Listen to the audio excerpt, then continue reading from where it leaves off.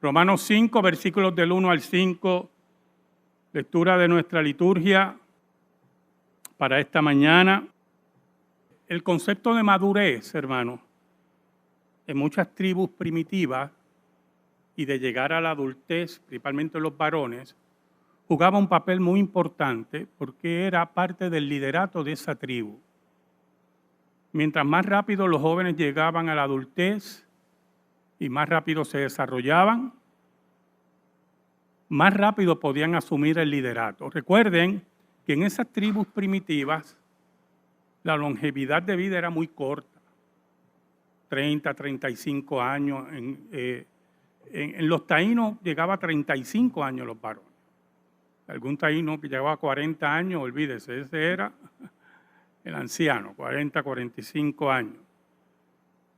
Y en las tribus africanas, pues también la longevidad era muy corta. No tenían las medicinas que nosotros tenemos, no tenían unos cuidados, también estaban amenazados por el ambiente, animales feroces, etcétera, etcétera. Su dieta no era muchas veces buena para mantener una longevidad. Lo interesante es que parte de los rituales para que los jóvenes varones llegaran o se consideraba adultez eran brutales.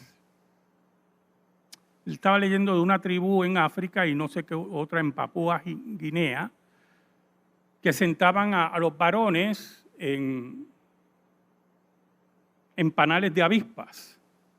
Entonces el varón tenía que aguantar para demostrar que era varón, que era un hombre, ¿verdad?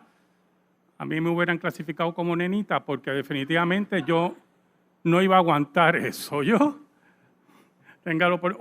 Otras tribus en África entraban en un cubículo y habían otros varones esperándolos para entrarle a golpes y romperle los dientes. Bueno, olvídese, yo leí unos rituales que te paran los pelos. Pero en todo proceso de vida hay que entrar en la madurez. Porque si no entramos en la madurez, la vida nos va a golpear duro. Y usted va a buscar justificaciones para sus acciones que son contrarias aún a lo que debe ser cuerdo. ¿Oyó? La vida cristiana nos invita a caminar hacia la madurez y ejerce o nos pide una fe importante para que esa madurez nos rinda fruto como hombres y mujeres. Oramos. Te damos gracias, Señor, en esta mañana que tú me permites exponer tu palabra. Perdóname porque te he sido infiel, pero tú permaneces fiel. Escóndeme bajo la sombra de la cruz y que tu nombre sea glorificado. Ayúdanos, Señor. Ayúdame en esta mañana. Porque sinceramente me faltan fuerzas y necesito de ti en esta hora. Bendice a mis hermanos y que tu palabra llegue a sus corazones. Por Cristo Jesús. Amén. Saben, esta mañana voy a utilizar un poco la nueva versión internacional porque lo dice un poquito más claro que Reina Valera. En el versículo 1 dice la nueva versión internacional: en consecuencia, ya que hemos sido justificados mediante la fe, tenemos paz con Dios por medio de nuestro Señor Jesucristo. Cuando la traducción dice en consecuencia, significa que ha estado discutiendo unos aspectos anteriores en la carta. Y esos aspectos tenían que ver con la ley, con los judíos, con los gentiles y la justificación. Y cómo Abraham se justificó por la fe. Y como al mismo tiempo la Biblia nos dice que nuestra aceptación radical hacia Dios, para que Dios nos acepte, es el cumplimiento perfecto de la ley. Por lo tanto, el apóstol Pablo en Romanos 2:13 presentó un problema. No son los oidores de la ley los que serán justificados, dice el apóstol Pablo, sino los hacedores de la ley, esos serán justificados. Y venía el contraste porque el judío no podía cumplir la ley. Y Pablo lo demostraba. Y por lo tanto el gentil tampoco. Entonces toda la raza humana está sobre ella la ira de Dios. Y Pablo quiere presentar una solución a ese problema.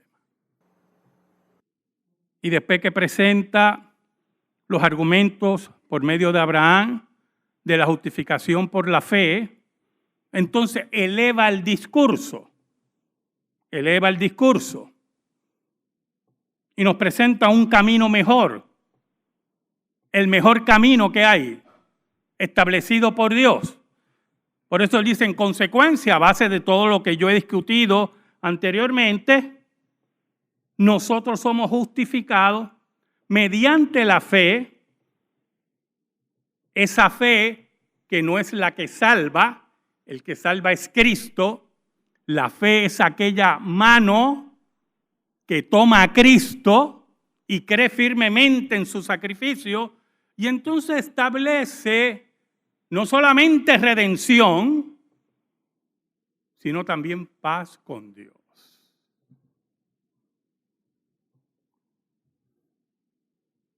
R.C. Sproul nos dijo una vez, cuando dice nos dijo, no fue a mí, al cristianismo, nunca lo conocí, bueno, lo conocí personalmente, pero hace muchos años.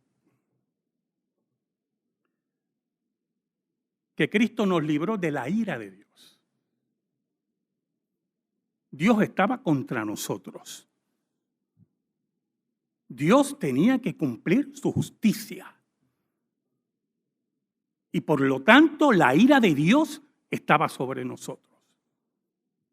Y solamente se esperaba la consecuencia y el castigo y la maldición de la ley, que es la muerte. La muerte no solamente física, sino también eterna.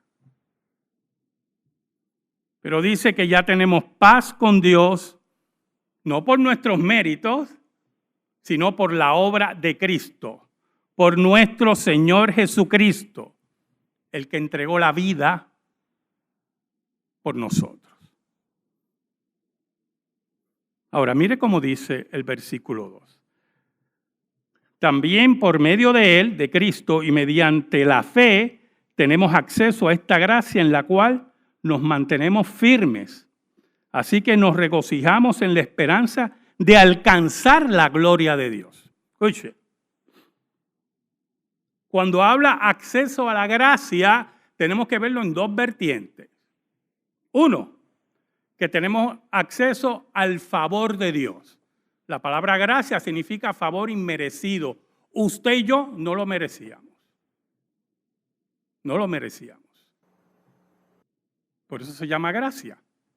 Y segundo, tenemos acceso libre a Dios por medio de Cristo.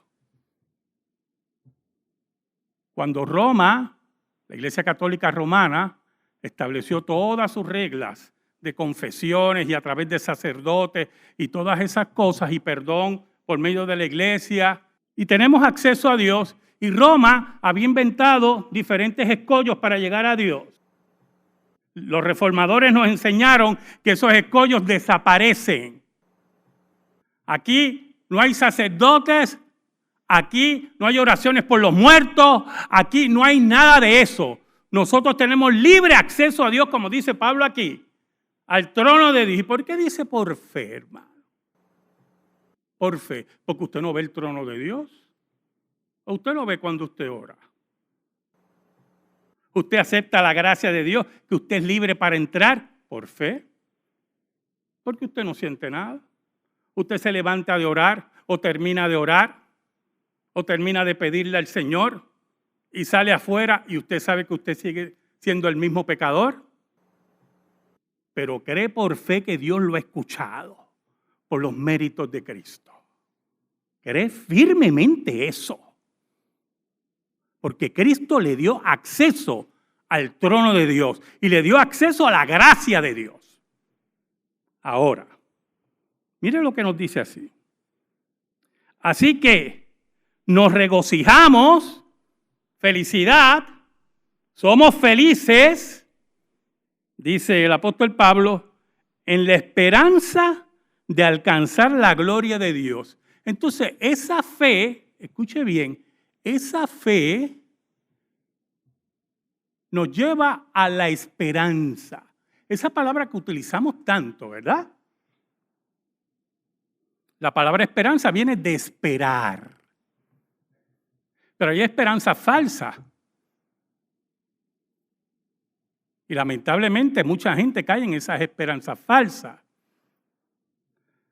Hace poco estaba viendo un documental de personas que habían invertido en oro, creo que fue en España.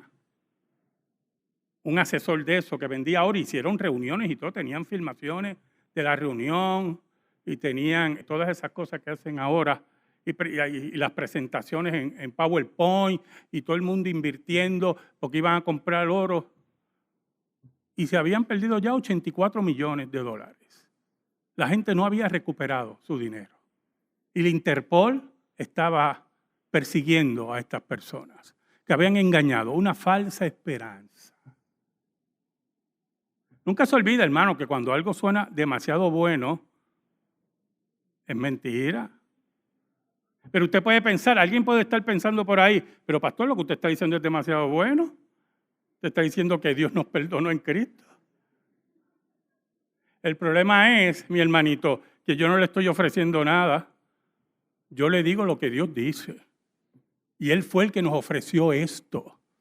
Pero aún más, Él no huyó, Él garantizó con su vida esto. Por lo tanto, esto que se suena demasiado increíble, es increíble y es verdad. Porque Dios fue el garantizador. Dios es el fiador. Dios es el que muere y Dios es el que vence la muerte. Por lo tanto, esto sí es verdad. Y lo grande de todo esto, que es gratis. Allá tuvieron que invertir y perdieron millones de dólares comprando oro que nunca apareció. Acá el oro lo compró nuestro Dios. Por eso que la esperanza que nos habla el apóstol Pablo de alcanzar la gloria de Dios es verdad. Nosotros esperamos alcanzar la gloria de Dios. Nosotros nos dirigimos hacia la ciudad celestial. Nosotros estamos seguros de los méritos de Cristo. Nosotros estamos seguros que Dios nos declaró justos por los méritos de Cristo. Nosotros estamos seguros que tenemos acceso a la gracia de Dios y a su trono, como dice el autor de Hebreos. Ahora, mire el versículo 3. Y no solo en esto, no solamente en esta esperanza, no solamente en todo esto, dice el apóstol Pablo, sino también en nuestros sufrimientos, porque sabemos que el sufrimiento produce perseverancia. Y aquí todo estaba bien chévere. Y el apóstol Pablo nos habla de sufrimiento.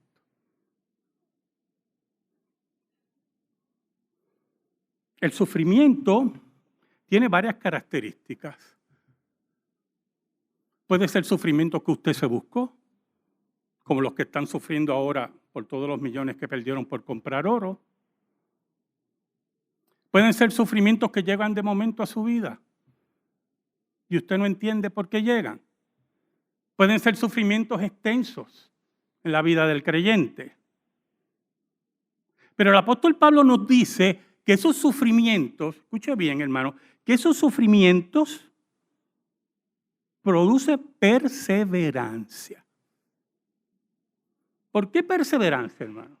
¿Por qué el sufrimiento no nos hace correr y salir de aquí? Y decir, esto fue lo que usted me vendió. ¿Por qué ese sufrimiento crea en nosotros un carácter? Mira el versículo 4. La perseverancia entereza de carácter, dice el apóstol Pablo. La entereza de carácter, esperanza. Entonces, mire la cadena.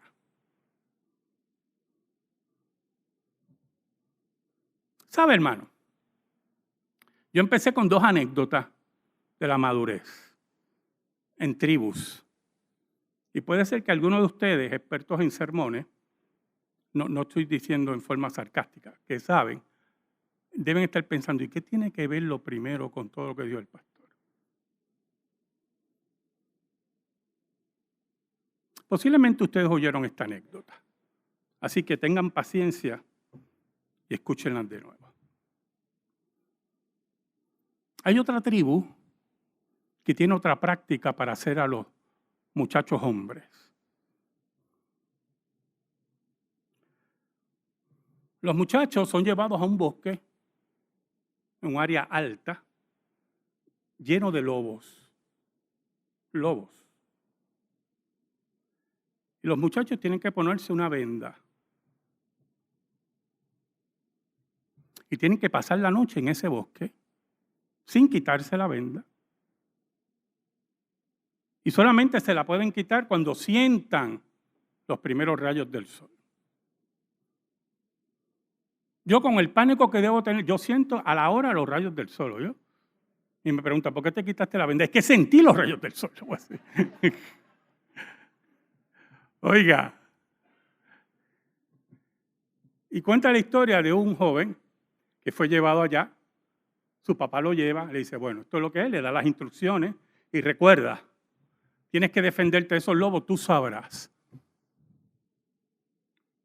Pero no puedes quitarte la venda, porque si no, no eres hombre y tienes que salir de la tribu. Los hombres que están aquí no saben lo maravilloso que es nacer en el mundo occidental, ¿oye? Ni le pasa por aquí. El papá se va y el joven, pues, está tranquilo y de momento oye los ladridos y el grujido de los lobos que se van acercando. Y él tiembla. Y al mismo tiempo oye a los lobos peleando por la presa, que es él.